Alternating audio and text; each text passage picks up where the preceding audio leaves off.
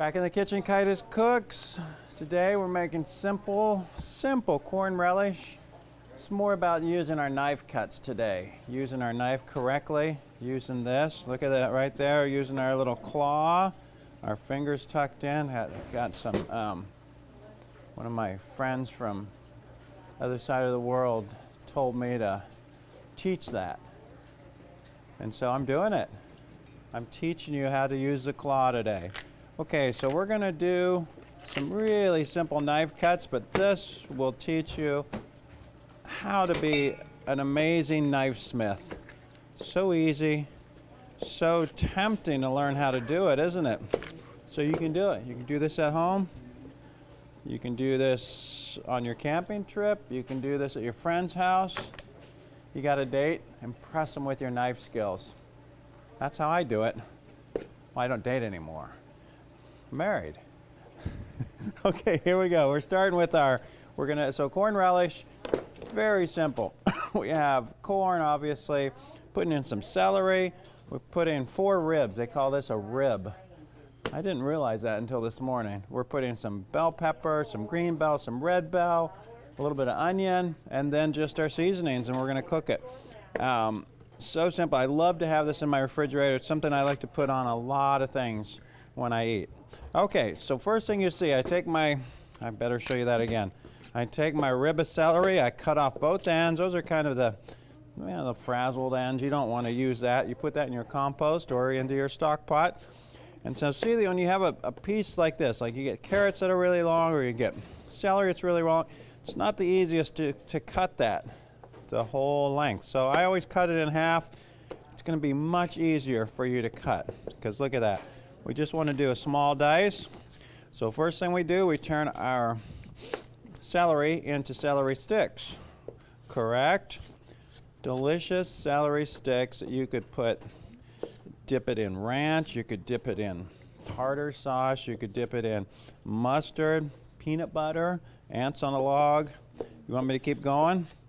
No, I've told you everything that you could dip it in. That's it. You put in Nutella, because I know, or even in this classroom, you guys could melt some chocolate chips and dip it in the chocolate chips. News on the chocolate chip front, they're still having trouble getting them in at my store. So I don't know what it is, a chocolate chip emergency going on around the world. I think COVID was bad when you can't get chocolate chips. That's when the world is in a bad place. Okay, now see we have a nice pile of celery sticks. Now I'm going to take a couple and set them aside for myself for another little while. I'll eat those. So see, I had a big pile, but I broke it down into 2 smaller piles. It's just going to be easier to cut. Look at that, the claw. That's what you use. You use that, and your knife butts up against your fingers. And I can assure you, if you follow my 4-step process, I don't know why I said 4-step. It just sounded good. So what we're going to do, I did it really quick so you can see it first time. Second time, we're going to go through it slower. I'm going to do it in slow motion. So what we do, I'm going to put my claw on those. I'm going to hold them in place. See how I kind of grab all of them, put them in there. Tip of my knife, it's going to always stay on the cutting board. Don't pick up your tip of your knife and cut like this. Please don't do that. You can lose control. Really want to keep control of your knife. See that tip? It's just like a piston in a Ford or Chevy or a GMC. Got to make sure I cover all of them. Trying to get swag from every single car company in the country. Okay? I don't think Tesla would have those kind of moving parts, do you? No. Oh, let's go one more time. That tip of that knife on there. Just move it a little bit. You can move you don't want to really move your celery. You move your knife just a tiny bit each time, back and forth, back and forth. All right? So you don't ever lift the tip unless, if you're doing like larger things like a potato, you'd get a bigger knife than this. And so then you could still use a tip. In between, you want to use your honer. It's called a steel honer. What it does is it keeps the edge of your knife, the blade of your knife, nice and sharp. You're not sharpening your knife when you do that. You're just breaking off the little pieces of metal that kind of start to go to the blade of your knife. Kind of look it up. I can't even explain it right now. But it really just keeps your knife blade straight and sharp, and it's the perfect thing for instead of sharpening your knife every day. You're going to take the seeds out of the bell peppers. I might actually save these and it's almost gardening time, so I might try to get these into my garden soon. These seeds. Look at that little piece. Sometimes in your peppers you get these little baby peppers growing, and I like to put those in my. They're like kind of the veal of pepper. They're much milder flavor than the outer parts. If you ever had veal, you'll know what I'm talking about. If you haven't, try it sometime. But if you're vegan, and I'm telling you to eat veal, that's probably the biggest faux pas of all, right? You're eating baby cow. Don't do it. Okay, so we're taking out what I call the pith, which is the white parts. We want to get that out. These green ones have a lot more than those white ones today. I'm trying to do it in a expeditious manner, making it look good. Whoa! See, when I honed that knife, it made it really have a good sharp edge, which I really like. Okay, gotta be very careful with that knife. Probably wasn't using the best knife technique there, but I survived. Okay, so now we have our peppers cut up. What I'm gonna do, we're gonna make some pepper sticks, all right? Just like we made our celery sticks, just through there. Notice my fingers the whole time in that same position, all the time. And then sometimes you come across that portion of the bell pepper that's kind of bruised up. We don't want to use that. Into the stock pot it goes. Okay, notice the tip of the knife never leaving. That rotation back and forth, up and down, very smooth. Nice work, Chef. Looks like you've been working on these. Spent my 3-day weekend doing this, making sure I was ready for this particular class. Look at those. Look at that. Can you see it with the camera? My eyes are closed. Not really. Never cut with your eyes closed. That's like driving a car with your eyes closed. It just is not the safest thing to do. Okay, there we go. I'm going to finish up this bell pepper. If we wanted to, I didn't think of this. I could have grabbed some, but we could have done some jalapeno in this too to give a real nice bite. See that? The red one, even though it's longer, I can get all the way through, slice it. Look at that. And you don't have to. Can you see my hands kind of, when I do this one, my hand goes all the way back, and you don't have to every single time, but your fingers up to your knife. If you're doing them like this, see my fingers are way to the back. I move them back a bit until I need to really hold the product in place. There we go. So we got all our peppers, we got our celery ready. And with this, you can cut them bigger dices if you want. You can cut them smaller dices. I'm leaving it up to you. I'm leaving it all up to you. Remember that onion? See that whole problem I just have with that onion is rolling all over the place? We're going to end that right now. Cut off both ends, the blossom end and the root end. We're going to cut this onion in half. Remember, I'm very adamant about cutting onions. Cut it in half before you peel it. So now we've got an onion that's easy to peel. If you're trying to peel a whole onion, you're wasting your time. You want to cut it in half, unless you're making onion rings for Ore-Ida. Why would Ore-Ida be making onion rings? That's a potato company. Okay, see now we're going through. Once again, really smooth. Onion, take your time. You want to keep it together like that, because then you just turn it and you slice again, and we get a nice, good dice on our onion. Okay, we'll do that once again in slow motion. That's jokes over. Okay, we go through, all the way through. See, this knife is, the onion's pretty tall, so the tip of my knife was lifting up. See how I do that? I turn it. Don't pick up your onion, because look what happens. That falls apart.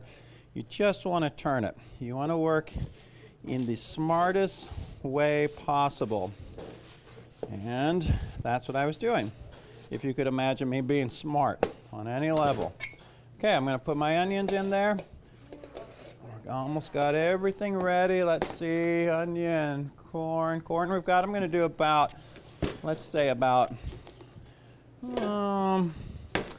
let's do about 4 cups of corn. So this is a deli cup here, and that was about 3 cups. And I'll toss a little more in there. As you can see, this corn was frozen corn. I let it thaw out. It's almost all ready. This last little bit, oh, look at that, perfect. Okay, it's great if you have fresh corn. You can use fresh corn really easy on this. You don't need to cook it or anything first. What you do is you just cut it off the cob, and it's ready to go. Same process. Okay, I'm going to put that on the stove. I'm going to turn it on, and we're going to add some things. Obviously, we're going to add a little bit of, oh, I just love the smell of apple cider vinegar. Okay, we're going to do about 2 cups of apple cider vinegar. And I'm going to have to get more apple cider vinegar. We're getting down to the nitty gritty. So let's do 2 cups. Looky there. Right into our beautiful, wonderful, flavorful, what are we making? Corn relish. Okay, we got that. We got some sugar. I'm going to do about 1 cup of sugar. So remember, we use did you notice for the liquid, we were using a liquid measure.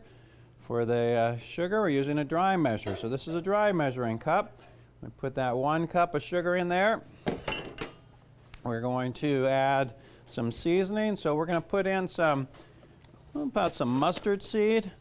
About a tablespoon of these. These will give it a nice bite, especially when they're cooked in with that vinegar. They're gonna kind of pickle, and when you bite into them, there'll be like a burst of mustard flavor. I'm going to add a little bit of peppercorns. Now I have some. This is the variety pack I call it. These are white peppercorns, some red peppercorns, some black peppercorns. I think there are even some green peppercorns in there. So that's just to give it a little bit of interest. We'll put some salt. So let's do some salt and pepper. So I'm going to do about 3 teaspoons, I think it is. Yep, 3 teaspoons. So that equals 3 teaspoons in our measurement category equals 1 tablespoon, right? Ta-da, look at that. 1 TBSP. That's abbreviated for all you people from other countries. Last thing we're going to do, usually I'd add a little bit of allspice berries, which I don't have today. I couldn't find them. So I'm just about 1/8 of a teaspoon of those. And we're just going to stir that up. We're just going to let it cook. We're going to bring it to a boil. And then, if you're handy, if you're, hey, what do you call those? Pioneer woman or pioneer man. We see no gender here. We would can these. We'd bottle them. We'd put them in mason jars and do the canning process. But we're not going to do that today. We're just going to get this stuff ready. We're going to keep it in our refrigerator in a nice covered plastic container such as this, because I use a lot of it. But if you do can it, that's another. I think we did that already in class last semester. You're just going to use jars. You can use the canning process, which you'll do. But this will take about 15-20 minutes. I'll let it cook. I'll let it boil. If it seems like you don't have enough liquid in there, add a little bit of water to it, not too much, and it's ready to go. It goes so good. It goes great with fish. I love it with chicken. It goes great on its own. I love it with rice and beans and corn relish. One of my favorites right there. We're going to do red beans and rice this week in class. This would go really good with the red beans and rice. When I do red beans and rice, I always boil some potatoes too. And then I add a little bit of this. So you'll see more of this corn relish later this week. So don't be afraid, it's going to be gone. So that's going to be it for today. It was more about making sure you use your knife correctly, that you cut correctly, that you use safety procedures, and you get some nice looking carrot, or these are celery sticks, okay? So get in the kitchen, sharpen your knives, or just hone your knife. Use your steel. Keep your letters coming. Thank you for all the suggestions. Thank you to my good friends that sent me the information about how to cut using my correct finger, the claw technique. And get in the kitchen and just cook. Cooking is fun. It's what we do with most of our lives if you're a chef. We will see you on the flip side. See you later.